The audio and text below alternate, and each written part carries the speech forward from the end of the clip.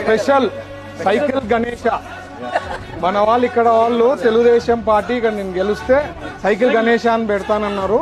వాళ్ళు మొక్కి ఈరోజు తీర్చినట్టు. Thank you.